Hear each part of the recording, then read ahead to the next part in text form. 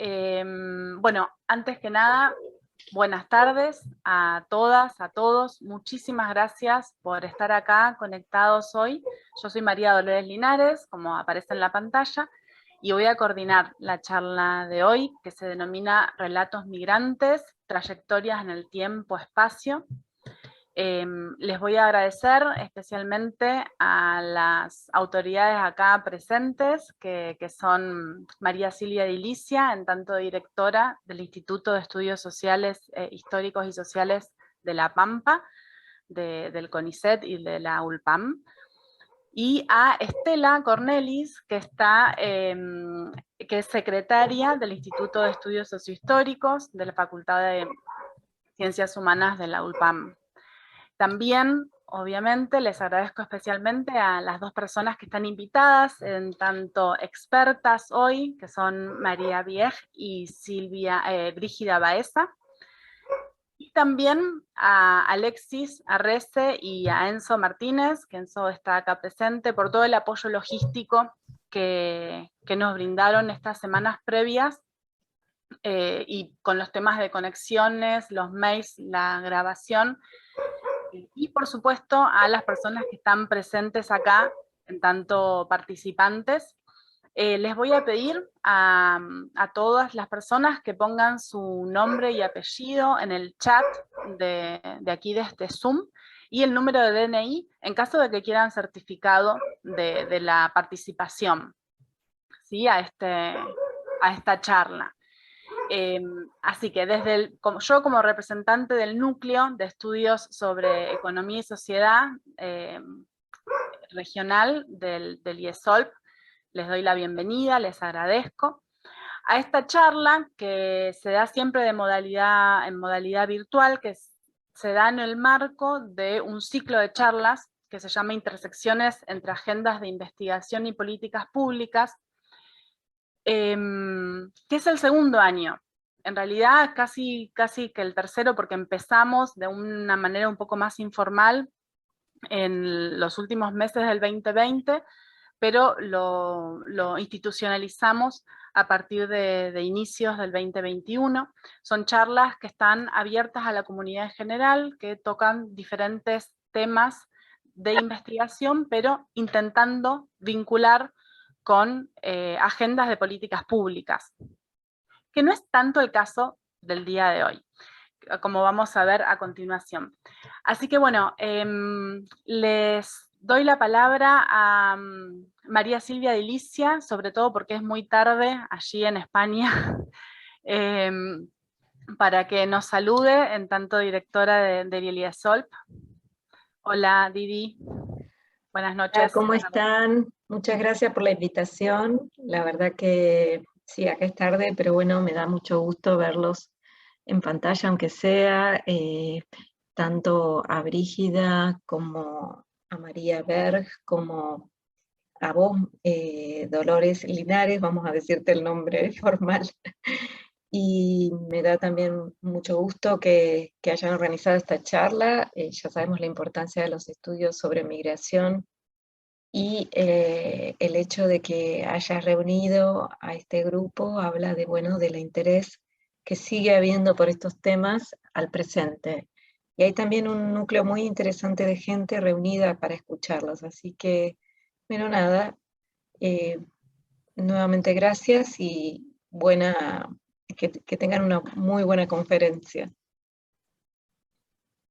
Muchísimas gracias, Didi. Muchas gracias por tus palabras, y bueno, vos sos parte también de este nuevo ímpetu que le queremos dar al estudio, a los estudios migratorios desde esta casa de estudios. Y ahora, así que muchas gracias por eso.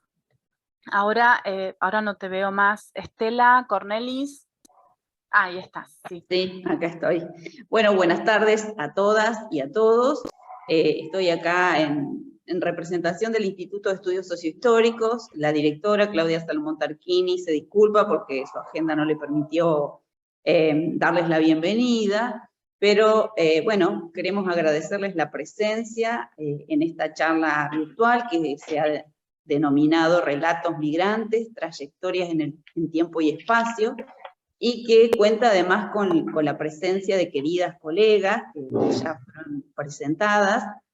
Este encuentro, como bien decía Didi recién, muestra la vitalidad de una nueva línea de investigación en ambos institutos, que se dedica específicamente a cuestiones vinculadas a procesos migratorios. Desde el instituto ya se vienen organizando algunas jornadas sobre estas temáticas, una en 2019, otra en septiembre de 2020, y además, bueno, se ha publicado un libro muy interesante, editado por Dolores Linares y por María Silvia, también de Ilicia, por la editorial Prohistoria. Entonces, y bueno, y se han llevado a cabo otras actividades que se suman a esta charla. Así que esperamos que esta charla también sea muy productiva, que permita intercambios, que contribuyan a enriquecer los análisis y avanzar en estas líneas de investigación. Así que muchísimas gracias. Gracias, Estela, por tus palabras y bueno, también un saludo a Claudia, que no pudo estar presente, tenía 2 eventos a la vez, en simultáneo también.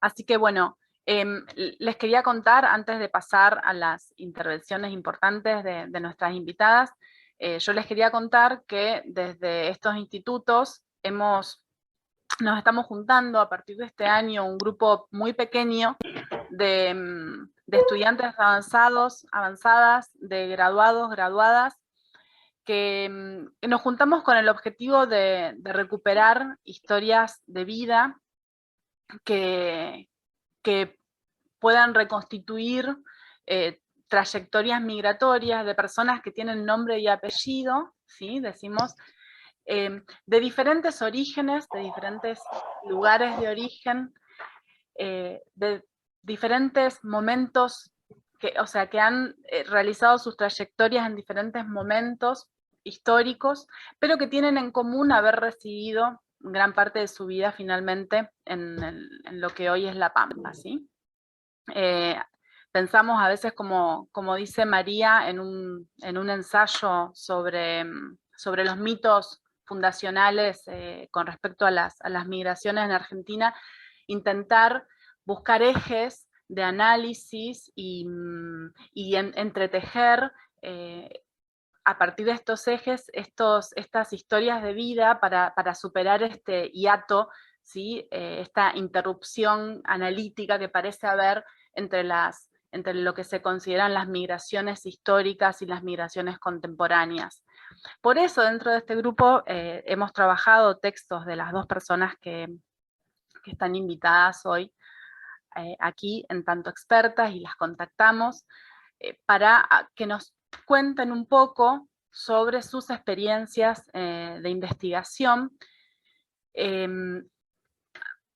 alrededor del eje, ¿sí?, de las distintas conceptualizaciones y metodologías, las distintas fuentes, las distintas herramientas o instrumentos para abordar trayectorias migratorias. Vamos a presentar a estas 2 invitadas hoy. No sé quién quiere hablar primero, pero no organizamos eso. Después de las presentaciones, vamos a hacer las 2 presentaciones juntas, y después de las presentaciones vamos a tener un momento de charla, de ver qué ejes en común, de comentario, de preguntas, si les parece bien. No sé quién quiere empezar, así yo las presento. No tengo problemas de que vaya María primero. Voy a tener menos ruido más tarde acá, así que sería mejor. Pues, María, ¿tenés algún inconveniente? No, me da igual, no hay problema. Bueno, entonces, a ver, María ya es amiga de esta casa de estudio, podría decir. Nos hemos cruzado en jurados de tesis, de maestrías, ha sido comentaristas en libros. De hecho, bueno, Claudia Salomón Tarquini se lamentó también de no poder conectarse porque te quería saludar. Bueno, ha sido siempre muy generosa con nosotros y ha participado siempre en este tipo de eventos. María Vierge es historiadora, profesora titular del Departamento de Ciencias Sociales de la Universidad Nacional de Quilmes, es investigadora independiente del CONICET y académica correspondiente de la Academia Nacional de la Historia de la República Argentina. Fue profesora invitada en la Universidad de Oslo e investigadora visitante en la Universidad de California de Berkeley y en el Instituto de Max Planck para el Desarrollo Humano, ¿sí?, de Berlín. Su libro Lazos rotos, la inmigración, el matrimonio y las emociones en la Argentina entre los siglos XIX y XX fue publicado en el 2019 por la editorial de la Universidad Nacional de Quilmes. Y una versión ampliada de esa obra apareció en Bloomsbury a fines del 2021 con el título Emotions and Migration in Argentina at the Turn of the 20th Century. En la actualidad está trabajando en 2 libros, uno de su autoría, titulado El final del amor, violencia doméstica, género y emociones en la Argentina, 1890-1940, y otro en coautoría con Marcelo Borges, que se titula Migrations and Emotions in a Globalized World, a History. Bueno, también algunas personas de nuestro grupo de estudio abordamos el libro Historias de la Inmigración en la Argentina, de María, que si bien es una obra que ya tiene sus años, nos sirvió muchísimo de inspiración a la hora de revisar nuestras fuentes, ¿sí? Y ahí en ese libro, ya en las reconstrucciones de vida, sobre todo de sujetos migrantes antes invisibilizados, como mujeres, como niños, ya se ven las líneas que María fue trabajando después tan en profundidad como cuestiones que tienen que ver con emociones, con matrimonios, con violencias. Así que muchísimas gracias, María, por estar acá con nosotros hoy, por compartir esta charla, y te escuchamos. Gracias, Dolores, por la invitación y por la presentación. Gracias a la gente que se conectó. La verdad que siempre es un placer charlar con ustedes, y la verdad que me pareció muy atractiva la idea de hacer esta reunión como un poco informal, que entiendo que va a ser más bien una conversación entre todos.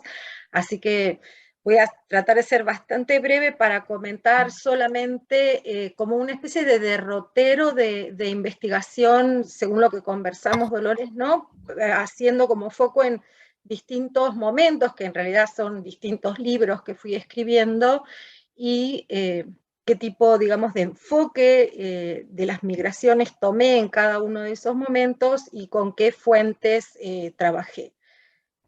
En realidad, yo empecé haciendo un trabajo hace ya muchos años, un libro que fue publicado en el año 2001, que en realidad era una versión revisada de mi tesis de doctorado.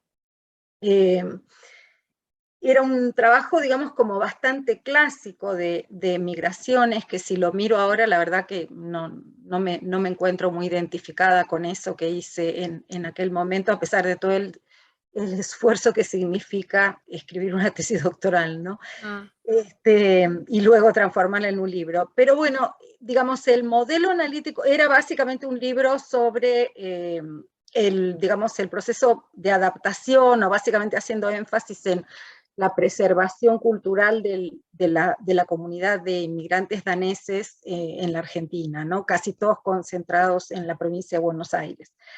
Entonces, en ese momento, como que el modelo analítico que estaba muy en boga entonces, es un modelo que ahora, digamos, mirado, no ni siquiera a tanta distancia, pronto me di cuenta, yo terminé mi tesis en el año creo que 95 o algo así, y al cabo de un año o dos más o menos, yo me fui a hacer el postdoc a la Universidad de Chicago, y ahí yo me di cuenta cómo el modelo analítico que yo había utilizado, digamos, fallaba un poco para Argentina, ¿no? Era un modelo que estaba muy de moda en aquella época, cuando estaba muy en boga todo el tema de la etnicidad, ¿no? De las comunidades étnicas, o de lo que se llamaba community studies, ¿no? Entonces trabajé básicamente sobre ese modelo que estaba muy inspirado en un trabajo que era de fines de los 80, de un geógrafo de la Universidad de Madison, Wisconsin, que se llamaba Robert Ostergren, que había trabajado con inmigrantes suecos, y que entonces había hecho un estudio de una comunidad en particular que se llamaba Community Transplanted, ¿no? Entonces yo un poco que seguía ese modelo que efectivamente se ajustaba bastante bien para el caso de los escandinavos, ¿no? Que tienen todo este rasgo particular de ser protestantes y tal, ¿no? Entonces, estaba como muy metida en esa preocupación yo de básicamente de la invención de etnicidades, ¿no? Que también era otro concepto que estaba muy en vigencia en aquella época, pero que eran todos conceptos trasplantados, ¿no? De, digamos, de un enfoque de una sociedad que es muy distinta de esta, como es la sociedad americana, sobre todo del medio oeste americano, ¿no?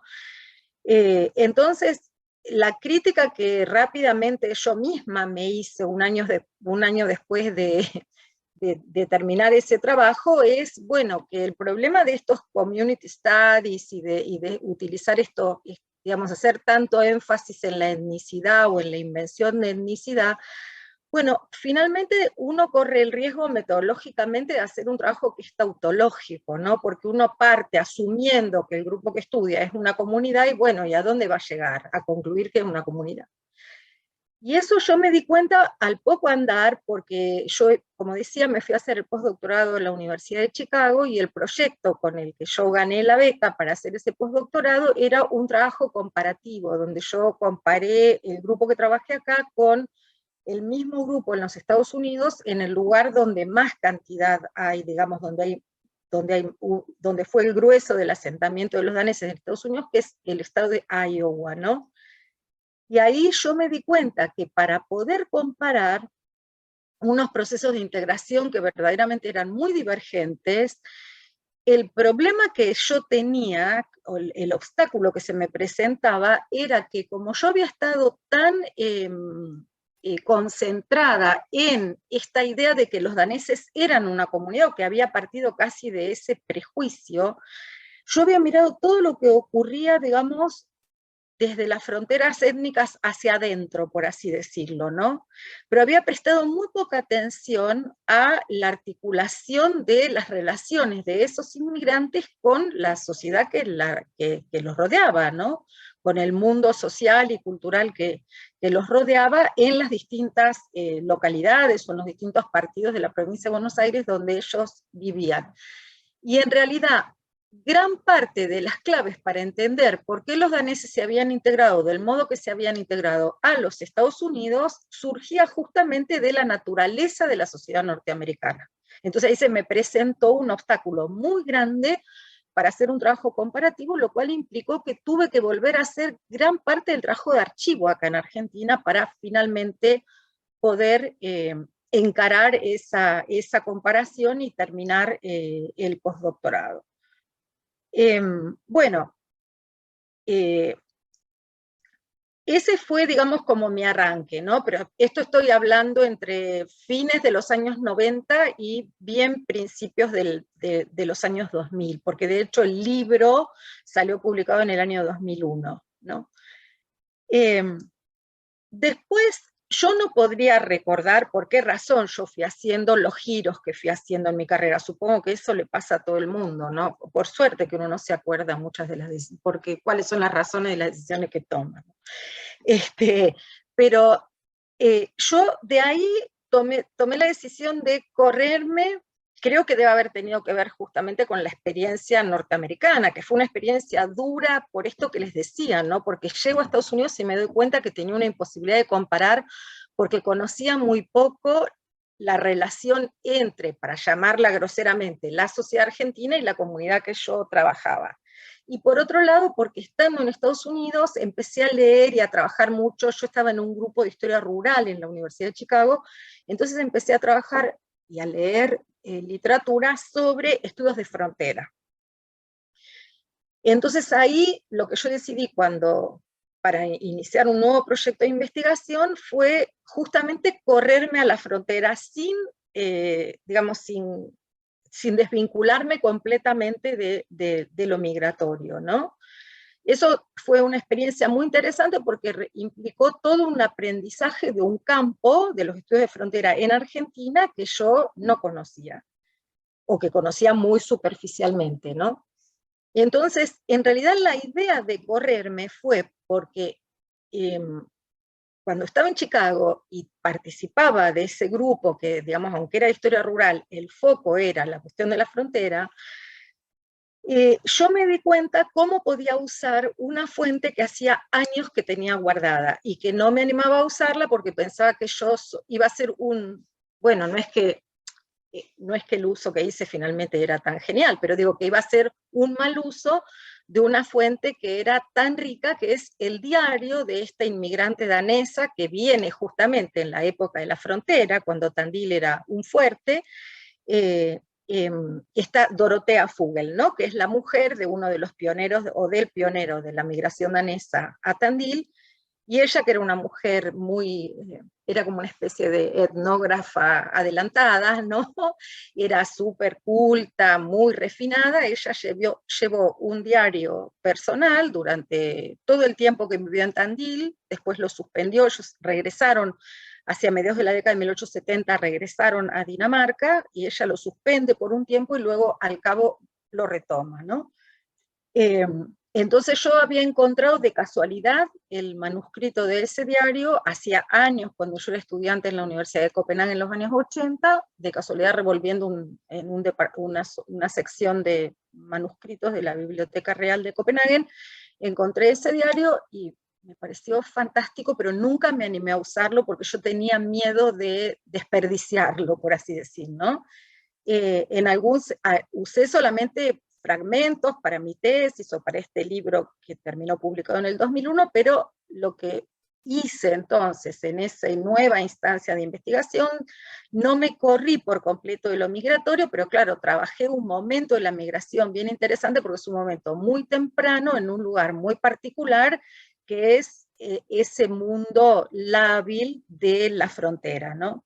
Entonces, a partir de ahí es donde yo creo que empezó mi interés por esto que vos planteabas, Dolores, más temprano, que es la cuestión de las narrativas personales, ¿no? De las experiencias migratorias personales, porque justamente para trabajar con ese diario, al que yo por supuesto fui rodeando de otras fuentes, pero el diario era la fuente principal, yo tuve que empezar a leer bibliografía sobre justamente análisis narrativo, cómo trabajar no solo con diarios, sino con narrativas en primera persona en general.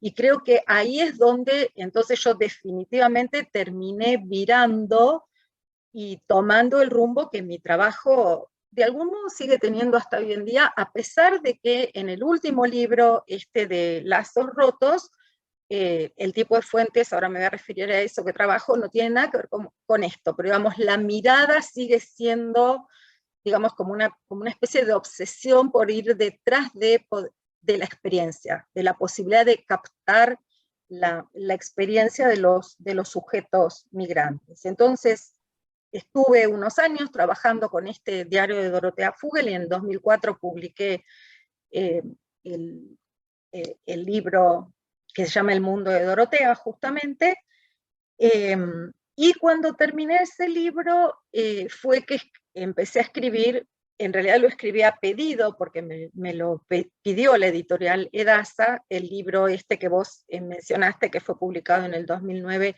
Historias de la Inmigración. Y entonces ahí, cuando le tuve que hacer la propuesta al editor de Edasa, lo que yo le propuse era justamente como recuperar esta dimensión de la experiencia, y entonces el libro tiene como esos dos registros.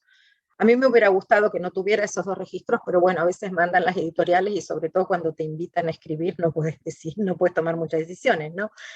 A mí me hubiera gustado que todo el registro fuera el de la segunda parte, porque es complejo en una misma obra combinar esas dos miradas o esos dos registros.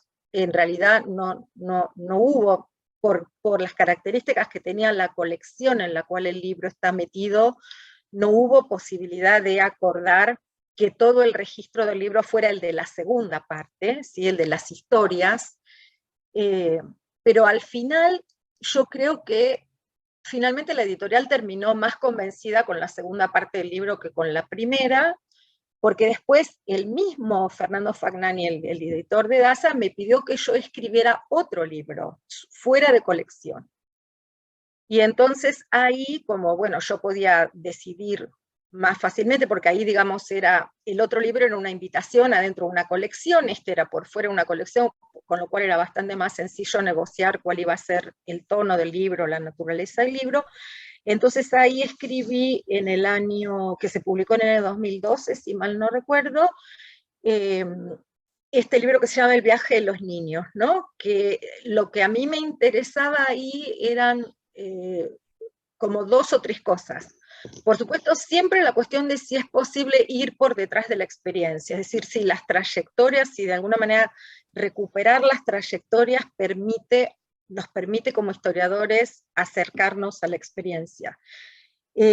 Pero la otra cuestión que me interesaba era un poco incursionar en un periodo que hasta ese momento, ahora hay mucho más interés en esa etapa, pero hasta ese momento no había sido tan explorado, que era que había pasado con las migraciones de la segunda posguerra, ¿no?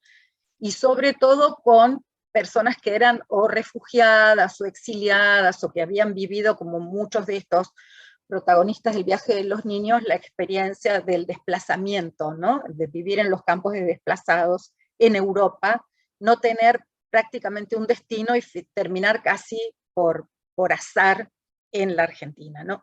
Entonces me interesaba el periodo, particularmente explorar qué había ocurrido en esa etapa de las migraciones de posguerra, y por otro lado, la otra cuestión que me interesaba también desvelar era algo que estaba como un sujeto que estaba muy invisibilizado hasta entonces en los estudios migratorios, que eran los niños, ¿no? Que en realidad formaban un porcentaje altísimo de la población migrante. Entonces, eso desde el punto de vista de cuál era el periodo y quiénes eran los sujetos, y luego desde el punto de vista metodológico nunca había hecho historia oral, entonces ahí era algo que siempre quería hacer, y bueno, me pude tomar esa libertad, y lo cual también implicó, ¿no?, todo un trabajo, porque es toda otra metodología. Entonces ahí en ese libro es uno de mis libros más queridos, ¿no? Y tengo como un recuerdo en el sentido de que fue un libro como muy formativo en muchos sentidos. O sea, como historiadora me implicó no solamente hacer un aprendizaje de cómo hacer un trabajo que es una combinación entre historia oral y trabajo etnográfico, ¿sí? Pero sino reflexionar mucho sobre la estrategia narrativa, para que justamente ese trabajo tan intenso y tan personal que es el trabajo hacer historia oral, finalmente pudiera dar cuenta de esas experiencias. Entonces había mucho que pensar sobre la forma narrativa.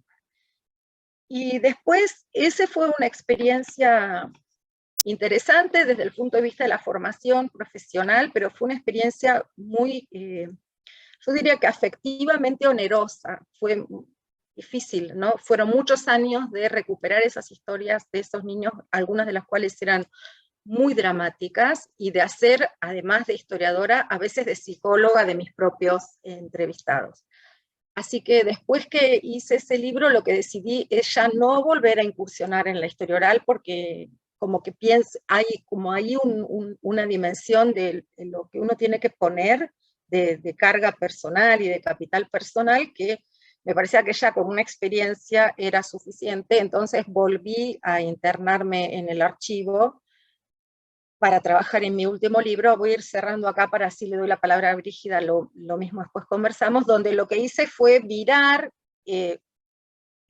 por un lado hacia un campo que es el de la historia de las emociones, y cruzar migración con emociones, pero también cambiar completamente de fuentes. Es decir, a ese libro está la fuente principal, incluso en el nuevo proyecto que estoy trabajando, que ya no tiene que ver con migraciones, la fuente principal sigue siendo el expediente, los expedientes judiciales, ¿no? Y yo ahí descubrí que también a partir de fuentes tan áridas, o supuestamente tan áridas, como el expediente judicial, y de un lugar tan impermeable a las emociones como los tribunales, ¿sí?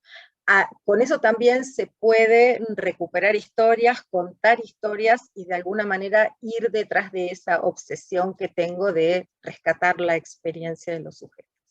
Me detengo acá para darle la palabra a Brígida porque ya hablé mucho, perdón. No, por favor, María, yo te escucharíamos, creo que todos acá, de hecho ya surgieron muchas preguntas y para seguirla. Muchísimas gracias, y ahora ya después de la presentación de Brígida podremos hacer los comentarios y las preguntas al respecto de todas estas líneas que parecen súper interesantes.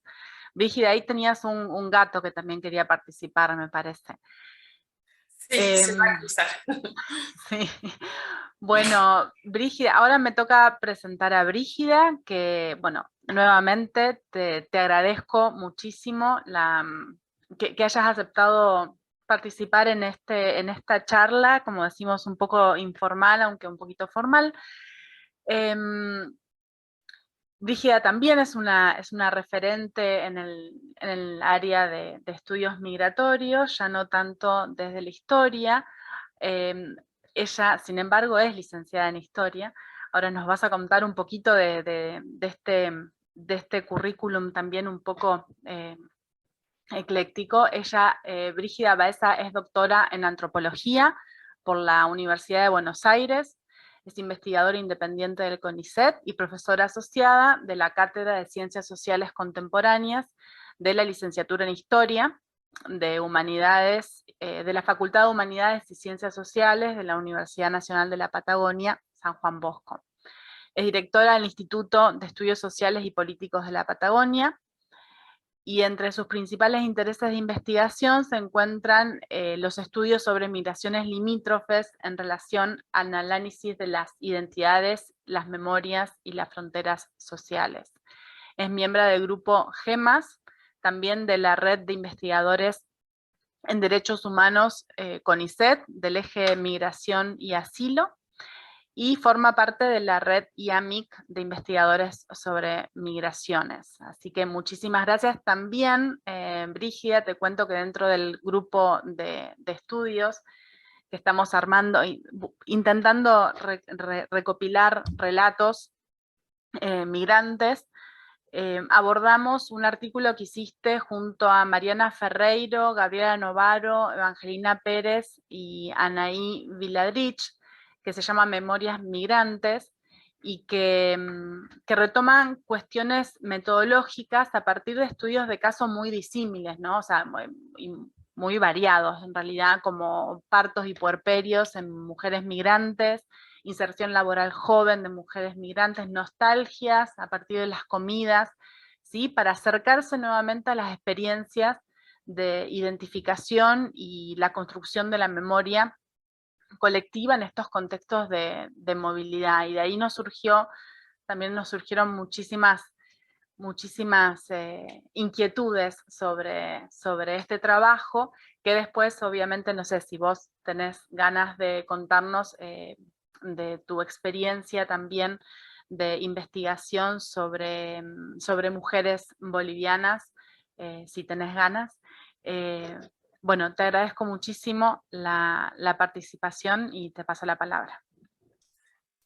Bueno, desde ya sumamente agradecida por el espacio.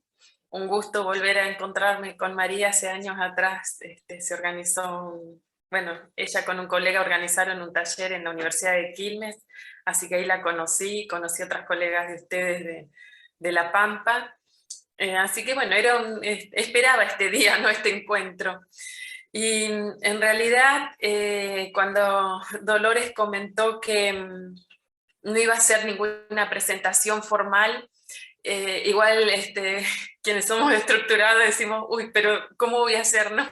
Entiendo que se trata de eso, de compartir historias, pero igual algunas fotografías quiero mostrar, porque Quizás, bueno, La Pampa, que está institucionalmente dentro de Patagonia, igual es un paisaje muy diferente el de Patagonia Central, donde anclo mis investigaciones, al de ustedes, y aún más a la provincia de Buenos Aires. Entonces, ¿me puedo presentar yo? No sé qué parte Sí, puedo... sí, claro, vos podés presentar lo que quieras, ¿viste ahí de compartir pantalla? Ah, sí, sí, sí, sí. Yo creo que Buenísimo. todos somos host en este, en este sistema Ah, de CONICET. no sé si ahí ven mi... Sí, sí, sí, ahí se Buenísimo, ve. buenísimo. Ahí lo están viendo. Bueno, tal como Dolores explicó, pertenezco al Instituto de Estudios Sociales y Políticos de la Patagonia, que no es mi lugar de trabajo de CONICET. Estudié historia en el grado, sin embargo, siempre me interesaron estos cruces que, bueno, escuchaba María y creo que es un componente clave en los estudios migratorios, el trabajo interdisciplinario, ¿no? Porque estos préstamos de categorías de análisis, de metodologías que nos van acercando, y en mi caso, sobre todo por el objeto, entre comillas, que elegí, hizo que dialogara muchísimo con la antropología. De hecho, la tesis doctoral tuvo que ver más con la antropología histórica, y después de eso fui incursionando metodológicamente en las etnografías. Porque justamente sí voy a hablar de las mujeres, porque desde hace varios años es donde ubico mayormente mis intereses de investigación, y son los que me llevan justamente a trabajar desde etnografías, tanto las que tienen que ver con las etnografías participativas, como otras que serían la nueva apuesta por donde va, creo, la etnografía en este momento. Igual hay como una especie de preocupación, pienso, en las ciencias sociales en general, una buena preocupación, no es un problema, pero tanto la historia como la sociología, sobre todo, se ha etnografiado, por llamarle de algún modo, y actualmente son muchas las disciplinas que buscan justamente en la etnografía una metodología que acerca sobre todo a poder rescatar aquellas cuestiones que no tienen que ver justamente con lo escrito y que podemos encontrar en un documento, o que si bien vamos a un documento escrito, nos permite justamente la etnografía buscar aquello que no está dicho, ¿no? También nos acerca a muchas escuelas historiográficas que con muchísimos esfuerzos iniciaron también este camino. Entonces, bueno, mi diálogo no deja de estar de modo permanente también con la historia, ¿no? Y para que ustedes puedan ir ubicando cómo se trata justamente del espacio y el tiempo, este panel, la idea es mostrar cómo en Patagonia, ahí si ven en el mapita, cómo las flechitas llegan a la ciudad de Caleta Olivia. Bueno, Caleta Olivia y Comodoro Rivadavia son dos ciudades muy cercanas, con una matriz productiva muy parecida, entonces muchos de estos trabajos refieren a Caleta Olivia o a Comodoro Rivadavia. Y el estudio, digamos, básicamente tiene que ver con cuestiones micro, porque son espacios, escalas, que bueno, cuando hablo con los antropólogos igual sigue siendo grande mi escala, siempre me dicen, pero sin embargo, en términos de estudios más estructurales, yo lo considero micro, ¿no?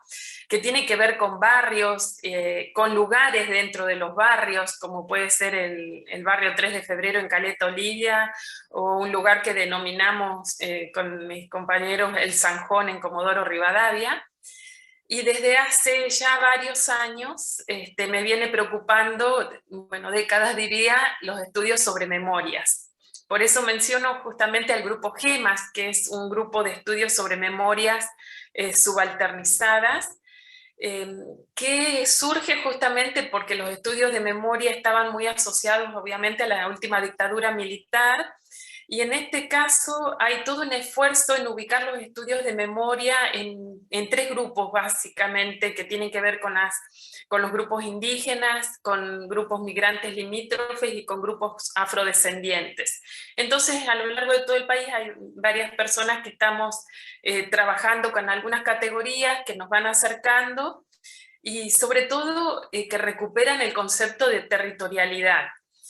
Y en este caso, cuando comienzo a trabajar con la migración, que en principio la denominaba boliviana, ¿no? Porque ahí pongo la idea del nacionalismo metodológico, de cómo justamente es lo primero que nos acerca, y después comenzamos a problematizar el concepto y vamos viendo que tiene que ver más con una construcción, con una representación y con un estereotipo de a quienes consideramos bolivianas, bolivianos.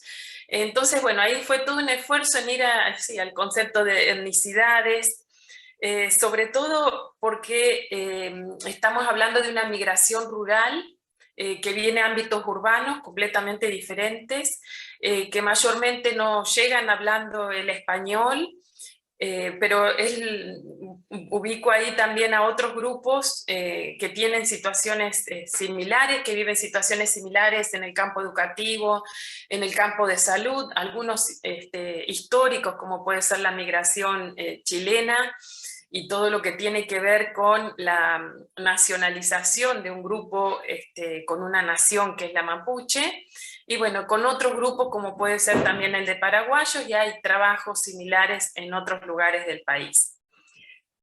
Básicamente, estos son los dos lugares donde estoy trabajando desde hace varios años. El de la izquierda es un lugar cercano al grupo que habita este lugar denominado El Zanjón. Tiene muchísimos años esa fotografía, pero sin embargo tiene que ver con los lugares que acá se denominan como asentamientos informales. Surgen a raíz de tomas de tierra, y lo mismo el de la derecha, pero eso refiere a Caleta Olivia, al barrio 3 de febrero. Bueno, ese artículo también hace muy poco voy a compartir una fotografía que lo tomó un geógrafo de Brasilia, que a él le gustó ese artículo porque le llamaba la atención justamente cómo en ese 3 de febrero, en este barrio, la migración quechua hablante había resignificado, ¿no? También trabajé mucho con el concepto de memoria, género. Había edificado una iglesia católica antes que edificar el centro de residentes, el edificio del centro de residentes. Bueno, también surge como toma de tierra, pero siempre es difícil la comparación, ¿no? Esto escuchaba a María y las comparaciones pueden ser enormes, como decía Tili, entonces uno las abandona. Y sin embargo, quizás no es mi objetivo comparar, pero está la comparación, ¿no? Porque provienen del mismo lugar, que es Punata, la zona de Cuchupunata en Cochabamba. Sin embargo, las prácticas que va adoptando cada uno de estos grupos es completamente diferente. Y ahí está justamente la agencia municipal, están las instituciones nacionales, está la escuela provincial, está cada uno de los hospitales y los centros de salud barriales. Y eso hace justamente a que, si bien son grupos de orígenes similares, idénticos en algunos casos, da por resultados algo completamente distinto.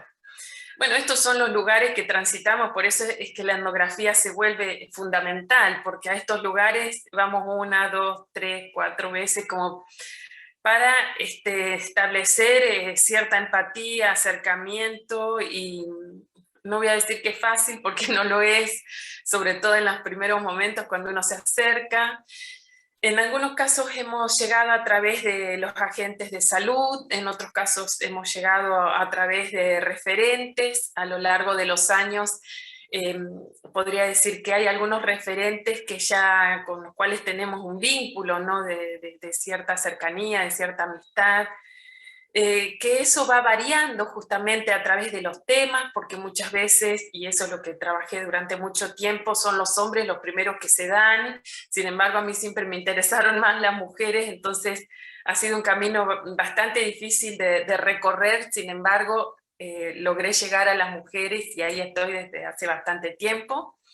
Y básicamente trabajo desde lo que se denominarían esos territorios biográficos corporales, porque estamos hablando de dominaciones, estamos hablando, bueno, no quiero trabajar todos los conceptos y ir bajando todos los conceptos que podrían ayudar a leer esto, pero bueno, es básico, ¿no? Recuperar el concepto de interseccionalidad, de cómo vamos viendo que estas mujeres, bueno, bien, no son discriminadas solamente en la calle, sino cuando van a los centros de salud, cuando van a las escuelas y son convocadas por las docentes, en la calle decíamos. Entonces hay una combinación, una imbricación, un entramado ahí bastante complejo, que nos ha llevado sobre todo a trabajar no solo desde lo que sería la producción en investigación tradicional, ¿no? de ir a buscar una entrevista y después escribir un artículo, participar en un libro, etcétera, sino que tiene que ver con convocatorias que provienen de centros de abogados, porque en muchos casos estos problemas son judicializados. Hemos convertido esto en stand para darle digamos, un marco formal dentro de lo que serían nuestras posibilidades de participación. Y en muchos casos han sido aportes valiosos.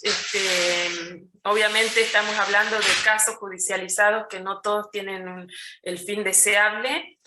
Y trabajar con las instituciones de salud, con las instituciones de educación, con las de justicia, también llevan a tener que tener lecturas que en esto nos dan como una especie de maratón permanente también para poder aportar, ¿no? Y en este caso es una mujer, esta la sacó el colega geógrafo que vino de Brasilia, porque él estudiando mercados, estudiando ferias, y la traigo justamente para no mostrar que todo es dominación y sometimiento, ¿no? Porque tiene que ver también con este agenciamiento de estas mujeres en las ferias y también el manejo, ¿no? de todo lo que tiene que ver con lo que ahí recupero a Pollack, ¿no? Con la idea de las guardianas de memoria y cómo ellas son las que van resignificando ese territorio, haciendo uso del territorio, y ahí justamente hablo del territorio no como recurso, sino este uso desde la memoria, desde poder recrear esas quintas que tienen en Punata y poder, estamos hablando de un lugar donde corre mucho viento, ¿no? Acá tenemos ráfagas de 120, hemos tenido 130 kilómetros por hora también, y bueno, y este tipo de paisajes podemos ver en sus patios, ¿no? De cómo van haciendo ese resguardo de plantas, de animales, tratando justamente en muchos casos de una especie, digamos, de terapia contra la depresión que genera la nostalgia por ese lugar que se perdió en Punata. Entonces se recrean esas quintas, digamos, esas mini chacras en lugares que tienen que ver con eso que les mostraba recién, ¿no? Donde se ven esas chapas que tapan sus patios, porque justamente se trata de ocultar lo que se hace adentro, y aparte que hay una especie de resguardo de los lugares internos de esos patios para poder justamente llevar adelante sus festividades, ¿no? En estos patios ellas lo que hacen es justamente poder compartir, ¿no? Porque los hombres en general trabajan en la construcción, ellas trabajan algunas como empleadas domésticas, trabajan en pesqueras, pero pasan en la época de veda, por ejemplo, de la pesca, mucho tiempo con sus hijas, con sus hijos, y en estos patios es donde ellas justamente comparten, hablan quechua, enseñan también a sus hijas, a sus hijos. Bueno, y hacemos mucho, por eso les comentaba esto de que no solo es la investigación en el sentido de un proyecto con distintos formatos donde nos proponemos la producción científica, sino que trabajamos permanentemente con la extensión universitaria, con la transferencia de PDTS, de proyectos que tienen que ver justamente con poder llegar también desde otro lugar, porque la investigación quizás que en algún momento cuando trabajaba con la migración proveniente de Chile era más sencilla, ¿no? De cuando uno llega y comenta los intereses. si la comparo con la migración proveniente de Bolivia, es mucho más sencilla, tiene que ver con la cercanía, con las historias familiares propias, etc. Y en este caso estamos hablando de mujeres que en muchos casos hablan muy poco en nuestro idioma, y que a la vez se sienten ese rechazo permanente. Entonces la extensión universitaria, la transferencia, nos permite llegar también desde otro lugar y compartir otros espacios, como puede tener que ver la recuperación de los conocimientos de plantas medicinales. Y bueno, por ejemplo, esta experiencia la hicimos junto con los agentes de salud. Entonces fue, bueno, una tarde donde también los agentes de salud se sintieron que tenían mucho para aprender de estas mujeres y ellas también para brindar. Es una migración que considero que nos obliga, ¿no? Por eso de ahí es que el trabajo con la etnografía, sobre todo colaborativa, tiene mucha presencia, porque nos obliga a afinar también y ser muy cuidadosos con lo metodológico, al punto de que particularmente a mí me lleva mucho tiempo decidir cómo voy a escribir, de quién voy a escribir, cómo lo voy a hacer. A veces puedo decir que me lleva años, como ese artículo del parto, ligado al silencio de las mujeres en el momento del parto, porque son cuestiones sumamente delicadas, y en ese sentido trato de ser cuidadosa, y bueno, todas quienes nos dedicamos a estos temas, porque justamente es la sensibilidad y es tratar de aportar desde un lugar que sabemos que después, no sé, desde la justicia, docentes, médicos, médicas nos leen, y bueno, tratar de hacer un aporte constructivo a esto que estamos mostrando, sobre todo lo que tiene que ver con la negación, con el silencio, con el ocultamiento, estos olvidos estratégicos, ¿no? Obviamente mucho hay de todo lo que se ha trabajado y vinculado a las memorias del Holocausto, y memorias que pueden ser traumáticas. Acá hay mucho de trauma, y que justamente es ahí donde recurro a la idea del paradigma indiciario de Ginzburg, ¿no? Siempre me siento así, como que hay una pista por acá, una pista por allá, e ir construyendo ese entramado, ¿no? Porque, bueno, sobre esto escribimos bastante, ya llevamos varios artículos sobre interculturalidad en el campo de salud, pero aún no avanzamos a lo que podría ser, lo que sí, ahí estamos trabajando fuerte en interculturalidad y educación. Interculturalidad y salud, por ejemplo, hemos escrito muchísimo desde lo teórico, desde lo que vamos recuperando en estas experiencias de extensión, en el trabajo de investigación.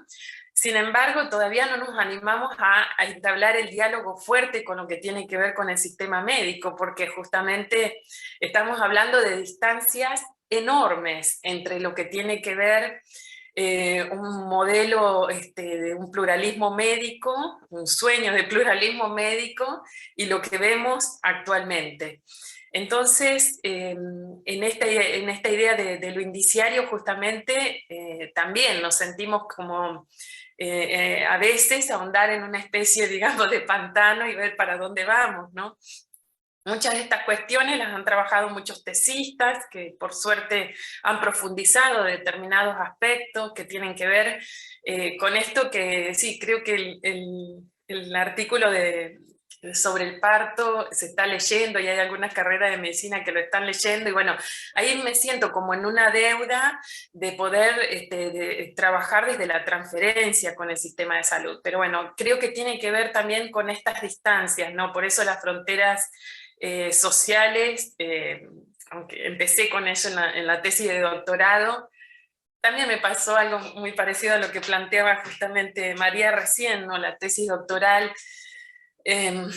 obviamente después pasan los años y uno no le gusta, pero bueno, es lo que permite después avanzar en otras cuestiones donde uno se empieza a sentir más cómoda, y en este sentido yo siento que estoy trabajando con lo que me gusta, pero que sin embargo siento que todavía falta mucho para lograr esto que sí considero que hicimos un avance muy interesante en el campo educativo.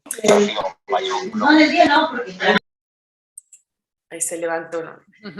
Bueno, en este recorrido, y ahí ya me queda poco, también pensar en un campo de salud, en un campo educativo, en un campo de la justicia, que considere esto que se está trabajando como concepto de espacios formativos, ¿no?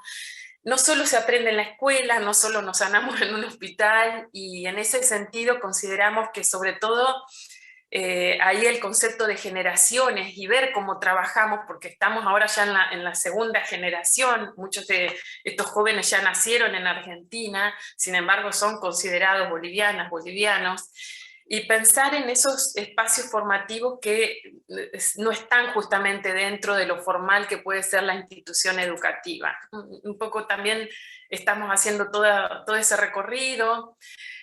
También pensar, ¿no?, cómo esos silencios estratégicos no solamente están en el campo de salud, sino que están en la escuela también. Esto lo vemos de modo cotidiano cuando hablamos con los docentes, con las docentes. Hay muy poco conocimiento justamente de todo este mundo, que en todas las ciudades que tienen migración justamente proveniente de Bolivia, las festividades son sumamente fuertes, se está todo el año ensayando para hacer estas presentaciones de las fraternidades.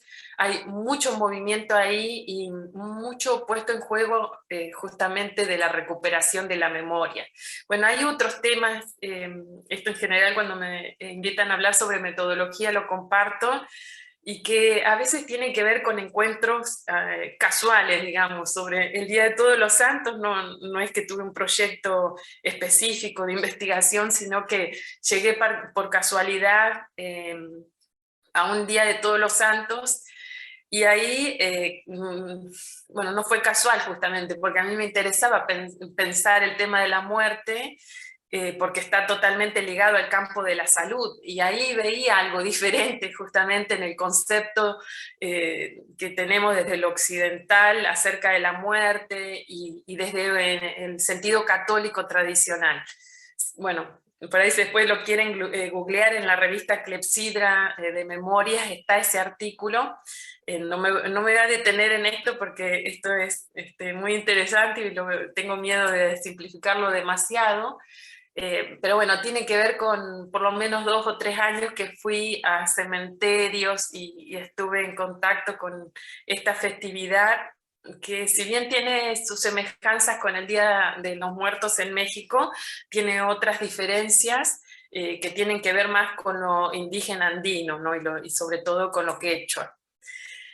Entonces, ahí un poco anclo y actualmente estoy, digamos, en esta disyuntiva de cómo trabajar desde estas etnografías, pero leyendo mucho desde las etnografías colaborativas, decoloniales, que no solo tienen que ver, digamos, con superar la idea de participación tradicional, que uno va a una fiesta y colabora cocinando o compartiendo momentos, sino que tienen que ver más con un compromiso que nos acerca a grupos, tal como decía, altamente subalternizados, donde es necesario colaborar desde otro lugar, ¿no?, como nos está pasando actualmente. Ya les digo que en estos casos judicializados que nos obligan también a hacer otras lecturas acerca del género, acerca del modo en que justamente el mismo derecho conceptualiza el delito en estas comunidades,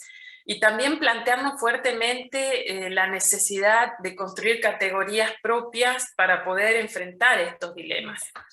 Y en esto de las etnografías colaborativas, comprometidas, bueno, todo lo que tiene que ver con una epistemología decolonial hace que también nos acerque y estemos dialogando fuertemente con quienes trabajan con comunidades, acá, por ejemplo, en Patagonia, mapuches, de ahí el diálogo con el grupo GEMAS, y que ahí el concepto de memorias es clave para poder comprender estos procesos.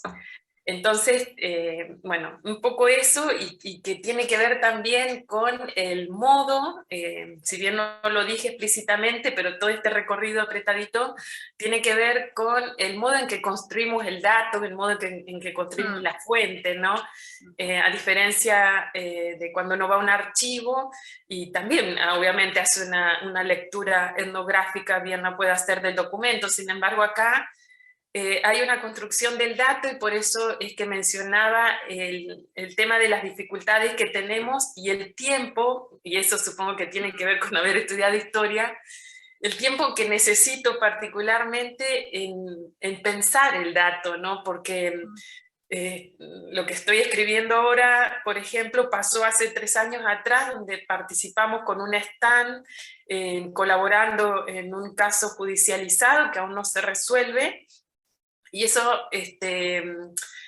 seguimos obviamente sumamente vinculadas con esta persona, aparecieron muchísimos más casos similares, pero necesariamente me tuve que tomar mucho tiempo para poder escribir, por ejemplo, un artículo para una revista sobre este tema, a pesar de que ya nos pedían y estaba circulando el informe que utilizó la justicia y teníamos que dar otro formato. Bueno, son esos tiempos en que particularmente otras personas no lo necesitan porque tienen quizás otra formación, pero bueno, tiene que ver, supongo, con esto de haber estudiado historia y esta distancia que necesito como para poder pensar y repensar y para poder construir el dato, ¿no? En este caso, la fuente, ¿no? Claro, Brígida, te voy a pedir si podemos ir cerrando, que ya nos vemos Sí, pasado el ahí tiempo. con esto tenía que ver con el cierre. Ah, bueno, perfecto, sí, con las fuentes. Sí.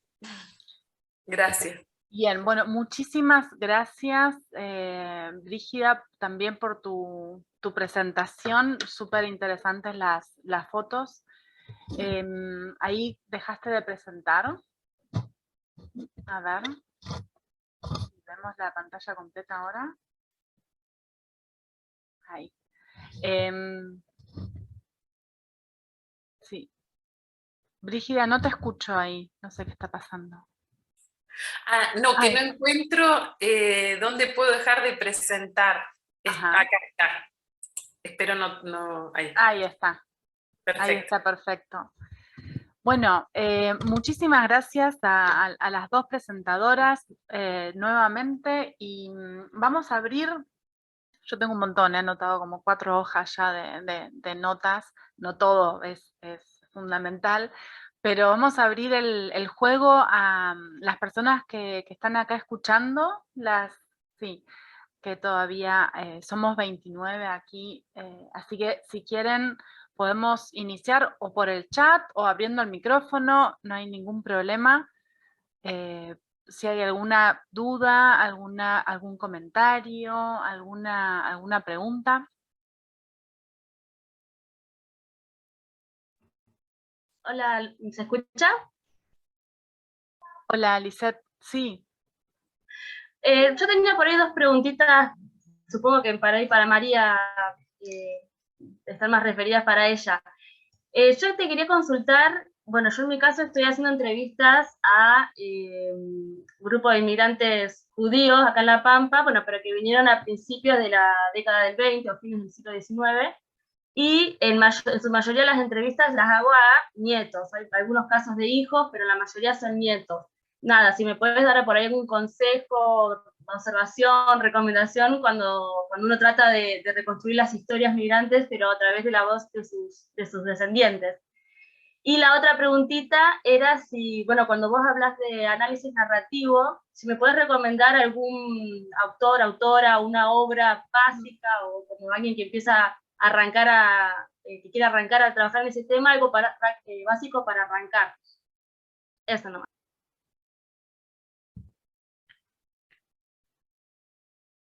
Gracias, Lisette.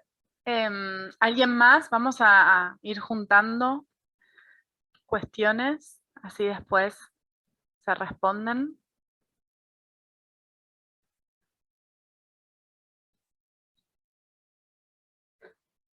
Bueno, si nadie se anima, yo empiezo con las mías.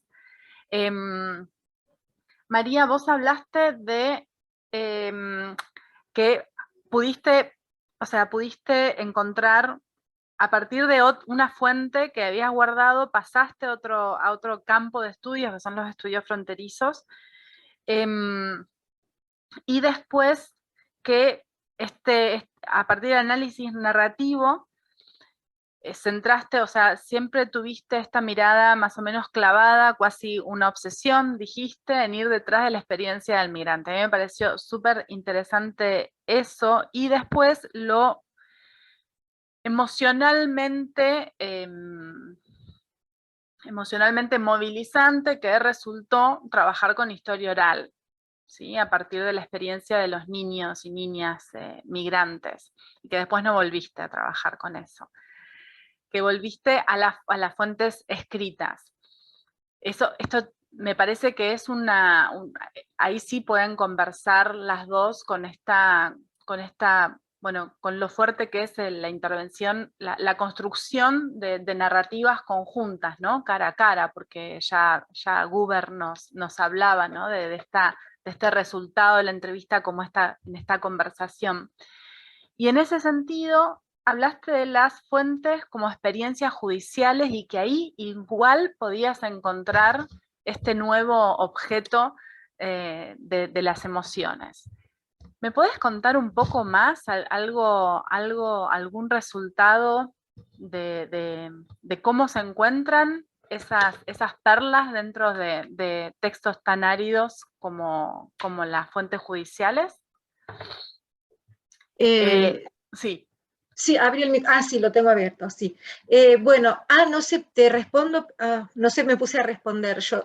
No sé si hay más preguntas, ¿sí? Porque si...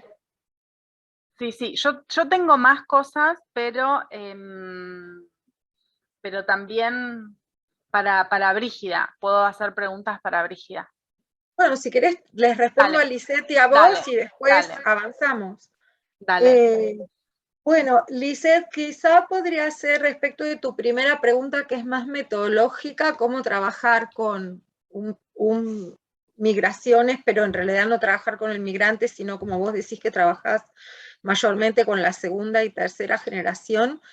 Y ahí me parece, pero eso quizá, o sea, Brígida podrá responder mejor que yo, porque ella se especializa mucho más que yo en cuestiones de memoria. Mi única incursión en los estudios de memoria fue cuando escribí este trabajo del viaje de los niños, ¿no? Pero me parece que ahí lo que te puede auxiliar es, porque vos en realidad lo que no estás reconstruyendo la trayectoria, no estás reconstruyendo la experiencia del migrante, sino cómo esa experiencia fue transmitida generacionalmente. Entonces yo creo que ahí jugaría un poco en materia de lecturas que te puedan abrir pistas, no solo metodológicas, sino para cómo interpretar y conceptualizar. No sé qué te dirá Brígida después, pero yo incursionaría por un lado en el campo de los estudios de la memoria, y por otro me parece que ahí tenés una cuestión muy novedosa y muy, digamos, que recién ahora se está abriendo como un intersticio en la historiografía, más que nada en la historiografía norteamericana de las migraciones, que es la cuestión de lo que se llaman los inmigrantes legacy, ¿no? Es decir, las generaciones que recuerdan y recuperan la experiencia migratoria de sus antepasados. Y a su vez, en el caso concreto que vos trabajás, creo que tenés otra dimensión que le da, o sea, que constituye como un plus, que es justamente que no son cualquier inmigrante, sino que son judíos, ¿no? Con todo lo que eso implica en términos del rol que tiene la memoria en la cultura judía, sea esta o no religiosa, ¿no? Entonces yo pensaría en términos de la transmisión generacional de una trayectoria o de una tradición migratoria, ¿no es cierto? A través en parte, de los estudios de memoria, y por otro lado, sí, eso, jugaría con la idea de migración, generaciones y memoria. Y respecto de bibliografía sobre análisis narrativo, bueno, si a vos te parece, me puedes mandar un mail y yo te paso 3 o 4 autores que son clave, digo, para no poner no ponerme a mencionar títulos de libros acá, y el resto de la gente no sé si tiene interés en esas obras. Así que si querés, después le puedes pedir a Dolores mi email, si no lo tenés, y yo te paso como 3 o 4 cosas claves. Hay un libro bastante viejito, ya que debe tener unos 8 o 10 años, que se llama Telling Stories, que es justamente un trabajo fantástico, metodológico, que recorre cada una de las narrativas personales posibles y sus abordajes, ¿no? Así que, pero después si me escribiste, paso bibliografía. Y respecto de lo que me preguntabas, Dolores, bueno, en realidad, en este último, no, último es el que estoy haciendo ahora, en el anteúltimo trabajo, en este, el de lazos rotos, yo ahí iba o sea, mi preocupación ahí era el cruzar la migración con las emociones, ¿no? Que era un cruce que en general está muy poco explorado, y digamos, si hay un fenómeno o una experiencia en la vida de una persona que uno puede imaginar como súper emocional, esa es la migración, y sin embargo ese cruce había sido muy poco explorado. Entonces yo tenía esa preocupación por un lado, y por otro lado, la preocupación que tenía era un poco como mirar el lado B de una historiografía un tanto canónica, que es esta que ha jugado mucho más por ahí en Estados Unidos que acá en Argentina, con esta idea de la familia transnacional, es decir, de que es posible en la separación que involucra un proyecto migratorio, donde, por ejemplo, en el caso que yo trabajé en el libro, que eran matrimonios migrantes, la mujer y los hijos se quedaban en Europa por periodos prolongadísimos de tiempo, y el hombre migraba, y el proyecto migratorio estaba sostenido en la promesa del reencuentro, o sea, porque el tipo regresaba, o porque la familia migraba a América. Yo quería como no romper esa idea de que es posible sostener esta idea de familias que se sostienen a través de puentes de papel, que son las cartas, y que, digamos, después que pasan 5 o 6 años, esos matrimonios un buen día, digamos, se reencuentran y parece que no pasa nada, o sea, que es sin costos el reencuentro. Solamente pensar que un matrimonio que estuvo separado 5 años tiene que restablecer los lenguajes de su intimidad, bueno, ya ahí como que ese esquema, ¿no?, de la familia transnacional, que es capaz de vivir en esta copresencia imaginaria, es decir, imaginarse juntos cuando están separados, no me cerraba para nada. Entonces, eso fue lo que me llevó al expediente judicial, en realidad, porque empecé en realidad trabajando casos de bigamia, ¿no? Y terminé trabajando con casos súper truculentos de violencia doméstica, ¿no? De violencia conyugal. Y contrariamente a lo que se supone, que el sistema judicial es impermeable a las emociones, y la otra, los expedientes judiciales son áridos, yo creo que todas las fuentes son, o sea, uno puede leerlas desde distintas perspectivas, ¿no? Esta idea de las lecturas a contrapelo, en realidad lo que permiten descubrir es, aún dentro de todo lo formalizado que es el lenguaje de un expediente, porque obviamente un expediente se construye siguiendo un procedimiento, ¿no es cierto? Ahí hay, no solo que hay un montón de pistas, o sea, que hay concretamente palabras que refieren a emociones, luego el punto es que significaban en esa época para quienes pronunciaban esas palabras, sino que lo que hay mucho en esos expedientes, por ejemplo, ahora que estoy trabajando con violencia conyugal, con violencia de género, lo que hay es una posibilidad de acercarse a los umbrales de sensibilidad social, por ejemplo, respecto de la violencia. Claro, entonces verdaderamente son muy ricos, y para mí en algún punto pueden ser hasta leídos como fuentes narrativas. O sea, ahí hay una posibilidad, aunque muy mediada, de recuperar emociones, porque están muy presentes, ¿sí? Sensibilidades, cuerpo, el rol del cuerpo es fundamental, y de algún modo, insisto, por más allá de todas las mediaciones que todos sabemos que tiene trabajar con expedientes judiciales, sobre todo la justicia penal, ¿no? Ahí hay una posibilidad de acercarse a la experiencia. Y es como, o sea, una mirada que uno en general clásicamente no asocia los estudios migratorios con expedientes judiciales, ¿no? Y en realidad ahí hay un lugar, yo hice simplemente una primera exploración de ese territorio, pero yo invito a las generaciones más jóvenes siempre a que piensen, que se interesan en migraciones, a que piensen que esa es una fuente posible sumamente rica. Hola, buenas noches. Perdón, no sé si puedo Hola. intervenir. Sí, claro. Justo tenía una consulta por el tema que salió de estas fuentes que tal vez son más áreas. A mí me interesa abordar lo que es matrimonio por poder. Sería, o sea, la decisión de emigrar a partir de un matrimonio que va a llevar a su encuentro una vez concretado. O sea, primero se casan, hay como una situación representativa y después se lleva a cabo como la migración. Y lo que yo tengo como fuente es el registro de matrimonio, que está detallado, que están en diferentes países, pero me resulta tal vez difícil llegar a una interpretación más profunda en relación a los contextos que hay detrás de eso, y tal vez, bueno, me interesa como tu opinión, María, que sé que abordaste esto y que me motivó mucho el libro de Lazos para presentar como este enfoque, no sé.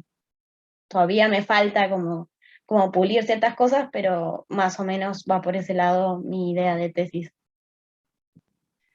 Bueno, gracias. No, espero, no sé, Dolores, nunca sé si tengo que responder o esperar. No, sí, responde. Yo después bien. tengo unas preguntas para Brígida, unos comentarios, y después sí, pero responde ahora. Bueno, respondo brevemente, así puede también intervenir Brígida.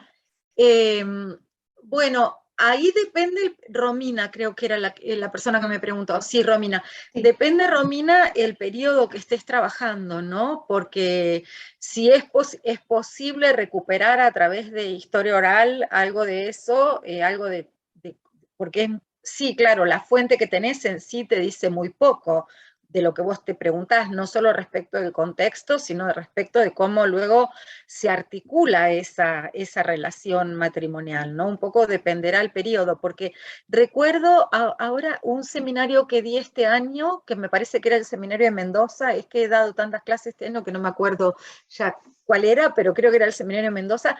Había un estudiante que ella estaba trabajando con, no sería exactamente el matrimonio por poder, sino el otro fenómeno, que es la novia de la foto, ¿no? En una colectividad, comunidad japonesa, porque se decía acá siempre que la novia de la foto no había sido un fenómeno tan difundido en Argentina. Sin embargo, por ejemplo, en el último libro de Marcelo Borges, Cadenas de Oro, él cuenta, bueno, y él es mi amigo, así que también me lo ha contado fuera del libro, ¿no? Así conversando sobre nuestras investigaciones, es que, por ejemplo, entre los portugueses, en Comodoro Rivadavia, justamente la novia de la foto fue un fenómeno muy difundido, ¿no? Entonces esta estudiante trabajaba con el que no sería exactamente un matrimonio por poder, o sea, sería todavía muchísimo más riesgoso, ¿no? En una comunidad japonesa, ahora no recuerdo, en una provincia del norte de Argentina, pero claro, son migrantes después de la segunda posguerra, entonces ella puede trabajar con, según recuerdo, con historia oral, con entrevistas. Es más complicado, no sé en qué periodo estás trabajando, Romina, pero... Sí, perdón. Justamente la fuente que yo tengo es portuguesa, de mis abuelos. Y el periodo es de 1954, la que yo tengo concreto, o sea, la fuente concreta que tengo. Entonces podés hacer trabajo todavía con historia oral, porque a lo mejor podés hacer un poco lo que hacía, lo que planteaba Lisette, o sea, no necesariamente sería ideal dar con los consortes, ¿no? Pero digo, a lo mejor los hijos podés entrevistarlos y podés sacar algo de ahí, porque es complicado o sea, la fuente que tenés es solamente una fuente oficial, ¿no? Ni siquiera tenés una fuente como una fuente judicial, porque en ese caso sería solo si se divorciaron o si hubo conflicto. Son esos fenómenos que todos sabemos que existieron y que posiblemente tuvieron mucha más difusión o fueron mucho más extendidos de lo que todos imaginamos, pero luego, bueno, los historiadores tenemos esa limitación, ¿no? si vamos a tener fuentes y si las fuentes de las cuales disponemos nos van a poder, hasta dónde las fuentes nos permiten reconstruir. Sí, ese es un tema. Bien, genial, muchas gracias. No, de nada. Yo no sé si alguien tiene alguna otra consulta para María. Yo tengo algunas consultas para Brígida, en realidad comentarios y también consultas. En realidad, Brígida, bueno, muchísimas gracias nuevamente por tu participación. Hay muchas cosas que rescato de ambas participaciones. En esto me llamó mucho la atención la cuestión de la vinculación entre la investigación y la acción colectiva, la acción social, que se puede dar dentro de la extensión, pero también por fuera de ella, que me parece fundamental. O sea, dentro de nuestra labor como investigadoras en migraciones contemporáneas, ¿sí? Me quedé con algo, o sea, que yo más o menos lo tengo en claro, pero que me gustaría si podés compartir sobre la cuestión de los silencios estratégicos en mujeres migrantes, que es algo que bueno, que me parece súper interesante en ambos trabajos de ustedes, cómo abordar los silencios, ¿sí? Y bueno, y cómo posicionarse una misma, en tanto investigadora, frente a estos silencios de mujeres, ¿sí? De mujeres y que tienen que ver con sus cuerpos, con lo que llevan, con lo que han llevado en sus cuerpos y esas cosas. Me interesaba que nos cuentes un poquitito. Ya no estamos re justas de tiempo, pero si podés. Y después también, si se puede, cómo llegás, vos decís, cómo llegar a los sujetos migrantes, cómo llegar al barrio, cómo llegar, si nos podés contar un poco más del el día a día de eso, ¿sí? Que es súper difícil, que lo compartimos muchas veces en el grupo, bueno, cómo abordar, cómo llegar, cómo hacer los primeros contactos. Bien. Voy a recuperarlo de la Lisette, creo que era, en esto de memorias. Podés googlear de la editorial Teseo una compilación de Cecilia Jiménez Zunino y Verónica Tripín, que es un diccionario de conceptos para los estudios migratorios, y ahí trabajamos memorias, identidades, y el concepto de generación creo que Gabriela Novaro lo trabajó. Ese puede servir para poder ver cómo acercarse, bueno, a pesar de que no es para no está más anclado en las migraciones contemporáneas, pero la bibliografía, muchísima, tiene que ver con los estudios de memoria, sobre todo europeos, y lo que se ha ido trabajando en la Argentina. Y respecto a los silencios, bueno, en realidad esto comienza porque cuando iniciamos el campo de estudios sobre salud, a los primeros que entrevistamos fue a médicos, médicas que se quejaban del silencio de ellas, ¿no? Entonces decían, ay, no colaboran, no dicen nada. Y el silencio, también mis compañeras que trabajan el campo educativo, y bueno, y también ahí algo estoy también en el campo educativo, sí, en realidad es una cualidad para el docente a determinada edad de las niñeces, ¿no? Cuando son pequeños y son muy revoltosos el resto de los nenes y nenas, está muy bien que ellos sean silenciosos. Ahora en la secundaria lo que vemos es que los profesores se quejan si son silenciosos, porque ahí ya se tienen que expresar. Y bueno, entonces veíamos estas contradicciones, digamos, de quienes no pertenecen a la comunidad, que tienen que ver con esa representación y ese estereotipo, pero en cuestiones de parto hay estereotipos sobre cómo parimos todas, ¿no? Las paraguayas, las dominicanas, las argentinas, las chilenas, etc. Y ahí muy fuertemente sobre bolivianas se decía esto, que no colaboraban. Bueno, y tenía que ver con esa experiencia personal de que en realidad no se entiende lo que se está diciendo tampoco, ¿no? Porque esto de no hablar el idioma, también lo que veía es que una especie de encapsulamiento, ¿no? Bueno, entonces no escucho nada, no atiendo nada, no colaboro, no hago nada. Y ahí me gusta mucho el concepto de resistencia, ¿no? Porque para los ojos de los médicos, médicas piensan que no están haciendo nada y en realidad están respondiendo a través del silencio, ¿no? Es un silencio estratégico, o sea, se sabe cuándo hay que silenciar y por qué. También lo hemos leído como una respuesta política, ¿no? De decir, bueno, entonces yo me callo, no digo nada.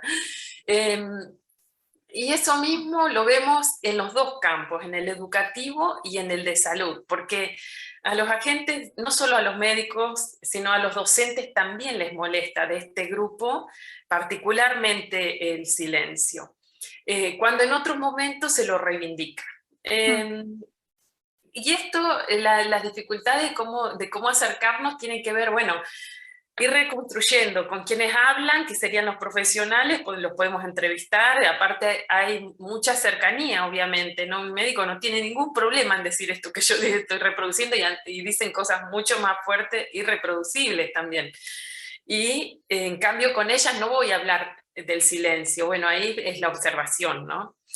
Y cómo llegar, bueno, tengo experiencias también en la transmisión de esto. A mí me encanta la docencia, pero sin embargo siento que cuando uno a un tesista le explica estas cuestiones cuesta muchísimo, porque en general hay una especie de bolivianización, decimos, de los estudios migratorios en Argentina, entonces todo el mundo quiere estudiar con bolivianas y bolivianos. Sin embargo, cuando se comienza a leer, por ejemplo, algo básico que tiene que ver con la reciprocidad, con el concepto de reciprocidad, eso se lo damos a leer y lo leemos y todo, pero en la práctica, cuando vamos a hacer entrevistas y acercarnos, no funciona del mismo modo. Y cuento una anécdota que por suerte fue superada, ¿no? De una tesista que va a una feria y la señora, la vendedora le da una manzana. Y ella enseguida le dijo, me gustaría entrevistarte. Y cuando le dijo eso, la señora le quitó la manzana. Y ella quedó, ahí la traumada fue la tesista, no la señora. Porque, bueno, cuando volvió y me contó, volvió tremendamente mal y le digo, bueno, pero eso es lo que te quería explicar, el concepto de reciprocidad, pero en la práctica, ¿qué significa? O sea, nunca voy a una feria y no compro nada, como decimos con los colegas, salimos con las bolsas repletas de verduras y de frutas porque tiene que ver con esto, no es el concepto andino del AINI, ¿no? Bueno, vos, ¿qué me vas a dar? Vamos a hablar, pero bueno, entonces vas comprando y intercambiando, etcétera. Eso cuando uno va sola, ¿no? Ahora sí, yo trabajé con paseras paraguayas, tengo más termos de los que podría usar en mi vida. En tu vida.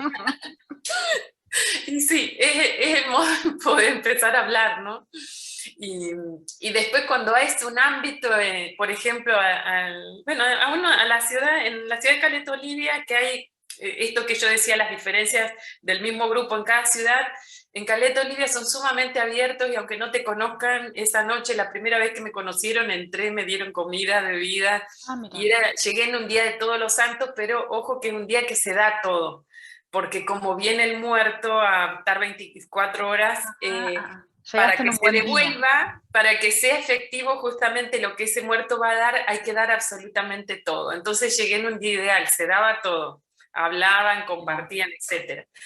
Pero acá en Comodoro es otra la recepción y a la misma festividad fui con la persona que hace como 16 años ya trabajo con él y que es el referente de la comunidad, uno de los referentes. Hay muchas dificultades en el tema político acá, pero bueno, él sería como un referente cultural más que político, por llamarlo de algún modo. Y bueno, en ese caso tengo que ir con alguien, digamos, que me presenta, que me lleva y así. Que te habilita la entrada. Exactamente, exacto. Bien, ese informante clave clásico, tal vez. Exacto, que sigue funcionando muy bien porque por suerte es alguien que se lleva más o menos bien con todos los grupos, porque estamos hablando de un grupo que proviene del mismo lugar, pero con múltiples divisiones al interior y cada vez más atravesado por la heterogeneidad económica, porque un grupo ascendió económicamente muchísimo y otro grupo no, entonces esas diferencias de clase también están. Claro.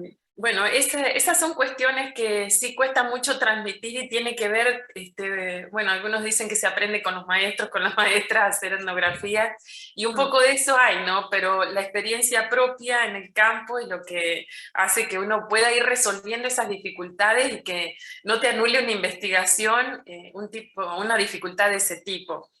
Y Claro. después lo que me gusta también de las etnografías es que hasta cuando hay una respuesta por el no se analiza por qué no. Entonces siempre le digo eso, bueno, si hay un rechazo hay que pensar por qué ese rechazo, por qué te quitó la manzana, bueno, lo tenés que analizar, le digo. Bueno, esto, ¿no? Sí, sí, y que somos parte de esa relación y que la entablamos y que nosotros también nos o sea, nos exponemos y nos ponemos ahí en esa relación, Sí. en tanto, o sea, con roles, pero también ponemos todo en juego, nuestras emociones, o sea, nuestro cuerpo, nuestros cuerpos y demás. Bueno, no sé si hay alguna duda, consulta, comentario más para esta charla que me parece que es súper enriquecedora, por lo menos por lo que sé, para la gente que participa en nuestro grupo seguro. Son poquitos, ya muchos se han retirado. No sé si hay nuevas consultas. Por Dolores, mi yo lado, le puedo sí. preguntar, perdón, no, le quería preguntar algo a Brígida, pero si no es abuso, porque si hay alguien que le quiera preguntar, yo le pregunto por No, por mail. favor, María. Hola, Brígida, al final no te saludé, perdón. Claro. Ahora ya estamos en... No, Brígida, lo que vos cuando hiciste tu exposición hablaste, bueno, de este concepto de subalternidad y también hablaste de la discriminación, ¿no?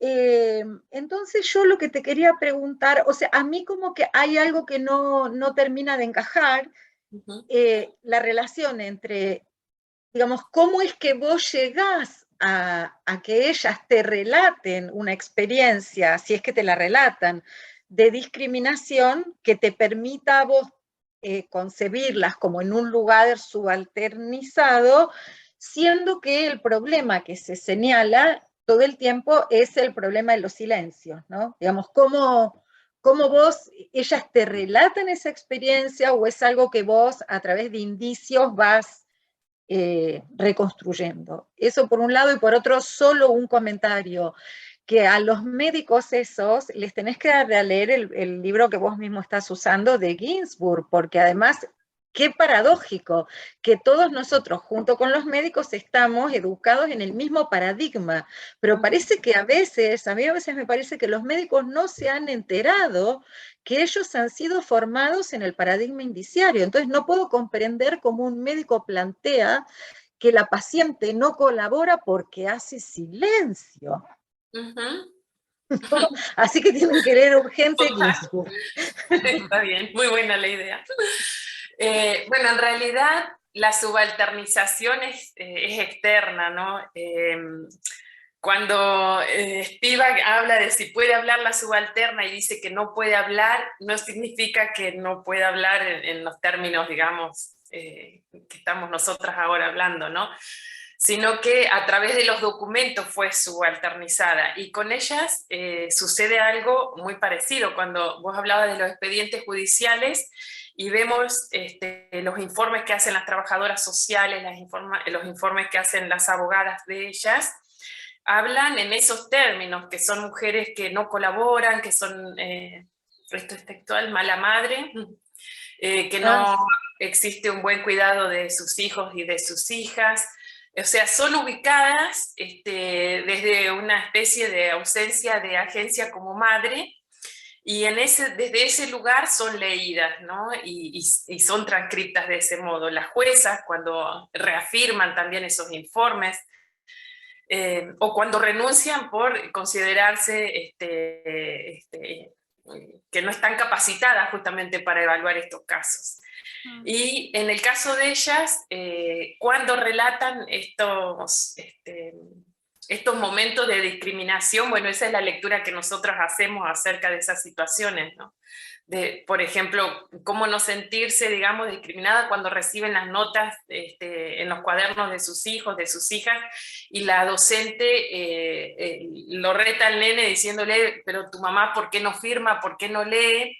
Y no se imagina que en realidad no está entendiendo la nota que manda la docente. Bueno, acá es muy largo de explicar, pero la violencia no solamente es simbólica, es física. No tengo contado los asesinatos, pero así, de casos que conozco, debemos tener 10 casos de asesinatos a jóvenes, no solo mujeres, jóvenes, hombres también, por discriminación. Porque hay una especie como de carrera al delito, digamos, practicando también con este grupo, o sea, en los lugares donde residen ellos, que son los asentamientos, ahí se han dado muchísimos suicidios, no digo asesinatos en el sentido, bueno, ese es otro tema, el de los suicidios, por algo me salió ahora, que tiene que ver con jóvenes, pero básicamente son asesinatos en los lugares donde ellos viven o cuando van transitando en las calles donde viven. Otro grupo de casos que tenemos, feminicidios, ¿no? Por parte de los mismos hombres de la comunidad a estas mujeres.